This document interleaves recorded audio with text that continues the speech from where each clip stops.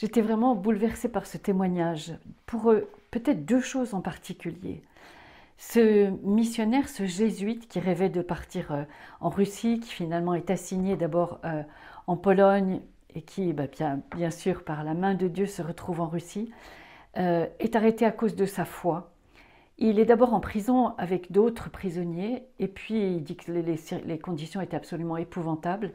Et ça n'a encore, je dirais, rien à voir avec ce qu'il va vivre dans la grande prison de la Loubianka, malheureusement célèbre à Moscou, et où vraiment des choses absolument atroces ont été perpétrées. Mais il raconte, pendant 5 ans, il a été dans une cellule solitaire, sans avoir la possibilité de parler à quiconque pendant 5 ans. Donc il a prié, prié.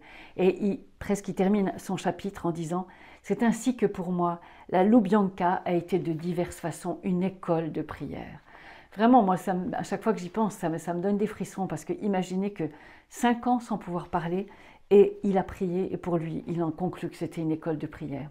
Et autre chose qui m'a énormément frappée, il y a tout un passage, tout un chapitre, pardon, dans son livre sur le travail. Il s'est retrouvé envoyé en Sibérie. Il a été prisonnier et donc bien sûr on dirait bagnard. Enfin, il a fait des travaux absolument épouvantables par -20, par -30 en pyjama. Enfin, une situation épouvantable.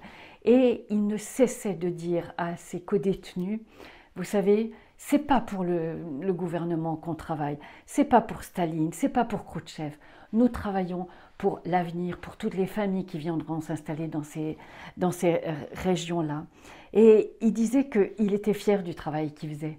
Bien sûr, évidemment pas pour les communistes, pas pour ce régime absolument épouvantable, mais il ne cessait de leur dire « mettez-vous vraiment dans cet état d'esprit. Soyez fiers de votre travail parce que c'est pour d'autres qui viendront. C'est pour eux et en fait, on participe à la construction de la terre de Dieu. »